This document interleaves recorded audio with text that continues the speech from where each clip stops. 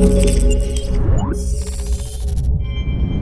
what's going on guys, Arekkz here, welcome back to another Destiny video. It's Tuesday, it's reset day, which of course means I am back to tell you guys what is new in the world of Destiny this week, and also it's the last reset before Rise of Iron. Next week, next Tuesday, when reset goes live, Rise of Iron will be live, and you can start diving into the story and all that good stuff. Also next week there won't be a weekly reset video because I'll be jumping straight into the campaign, and I'll have some other videos for you guys that I've got lined up for launch day, so they'll be there instead, and of course it'll be back the week after.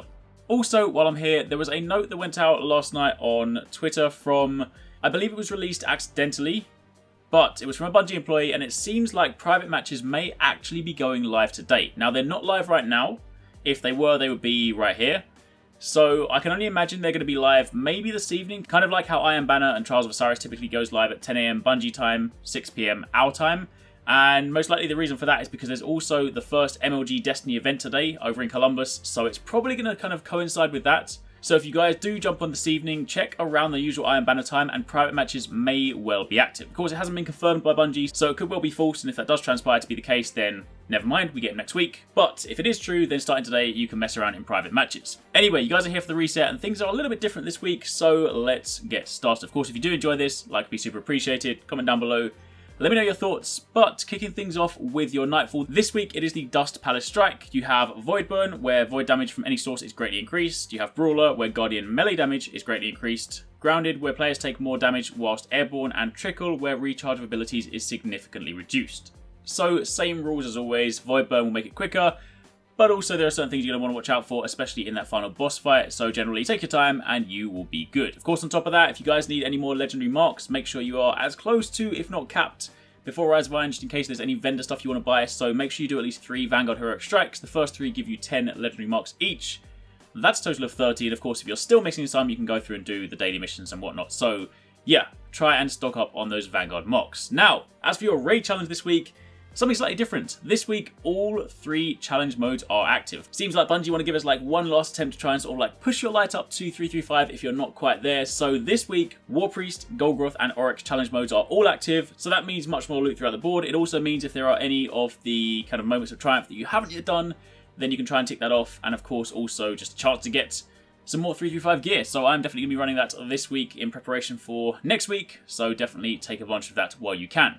Then, moving over from there to your Sterling Treasure. Now this week, as of the most recent changes, there's now only one place to get Sterling Treasure each week, and that is of course the level 41 version of the Prison of Elders. It's no longer in your Postmaster, and it's no longer in the weekly Crucible playlist either. You can of course get it from Eververse if you do want to buy some, but if you want it free, the only place is now the level 41 version of the Prison of Elders. And speaking of the Prison of Elders, jumping over to the Challenge of the Elders, this week your modifiers are Catapult and Juggler. Catapult is grenade recharge rate is greatly increased, Juggler is no ammo drops for your equipped weapon, and your bonus, your kill bonus, is grenade kill bonuses. So of course, equip any items that give you double grenades, of course any gear that gives you faster recharge, anything like that, and it will make your life easier. And the bosses this week are Round 1, Kexis the Betrayed, that's Fallen.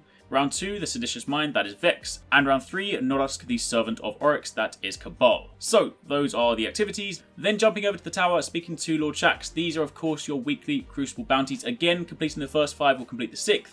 And handing the 6th will give you Nightfall tier rewards. So if you guys aren't seeing these, then you need to complete the Crucible quest chain. But doing these in preparation for next week may well be handy.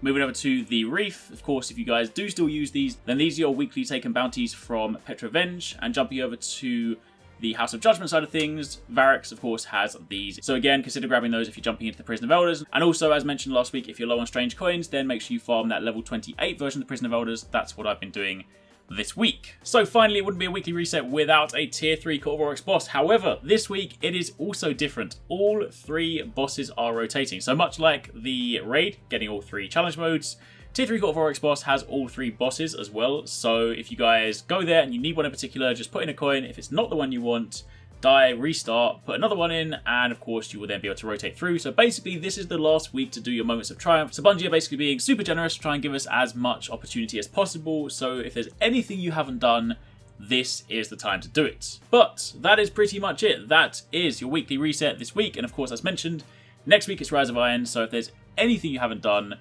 make sure you get on it this week, because starting next week, of course, we are in a new section of the saga. So, hopefully you guys enjoyed the video. If you did, then a like would be super appreciated. Remember to keep an eye out for those private matches tonight. I will, of course, tweet out once they go live. And thank you for watching. Take it easy. Catch you next time. Peace out.